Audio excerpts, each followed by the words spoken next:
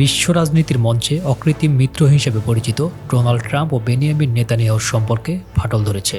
আর সেই ফাটল এখন চরম বিস্ফোরক পর্যায়ে। সাংবাদিক ম্যাগি হ্যাবারম্যান ও জোনাথন সোয়ানের নতুন বই রেজিম চেঞ্জ এক ভয়াবহ তথ্য সামনে এনেছে।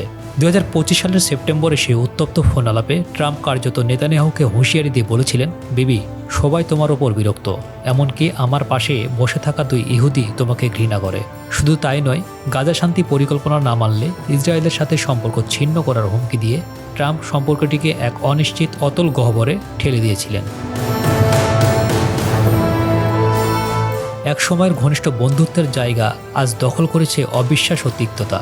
ইরান ইস্যুতে কৌশল ব্যর্থ হওয়া এবং শান্তি আলোচনার স্থবিরতা সম্পর্কে এতটাই ক্ষুব্ধ করেছে যে তিনি নেতানিয়াহুকে উন্মাদ বলতেও দ্বিধা করেননি। মার্কিন গোয়েন্দার গোপন সতর্ক বার্তা ছিল আরও ভয়ঙ্কর।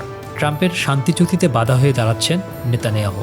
যুদ্ধের লক্ষ্য অর্জনে ব্যর্থতা আর নেতার ওপর ট্রাম্পের এই ব্যক্তিগত ক্ষোভ 2 দেশকেই আজ এক চরম অস্থিরতার মুখে দাঁড় করিয়েছে।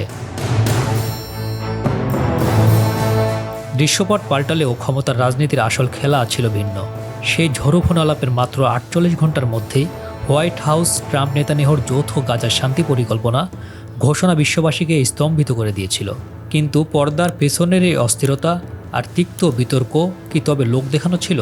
হোয়াইট হাউসের সুরক্ষিত সিচুয়েশন রুম এর গোপনীয়তা যেভাবে ফাঁস হচ্ছে, তাতে মার্কিন প্রশাসনের অন্দরে এখন চরম আতঙ্ক বিরাজ করছে। বইটির প্রতিটি পাতা যেন ট্রাম্প প্রশাসনের ভেতরে এক নির্মম সত্যের দলিল। অ্যাপস্টেইন ফাইল কেলেঙ্কারি হোক কিংবা ইরানের সাথে যুদ্ধ পরিস্থিতি, ক্ষমতার অলিন্দে চলা এসব গোপন খেলা আজ জনসম্মুখে। এই বইটি কেবল কোনো রাজনৈতিক প্রতিবেদন নয়, এটি বিশ্বশক্তির দম্ভ ও পতনের এক চাঞ্চল্যকর দলিল। ট্রাম্পের দ্বিতীয় মেয়াদে প্রশাসনের ভেতরে এই রুদ্ধশ্বাস ঘটনা প্রবাহ মার্কিন রাজনীতির পুরো চিত্রপটকেই বদলে দিয়েছে।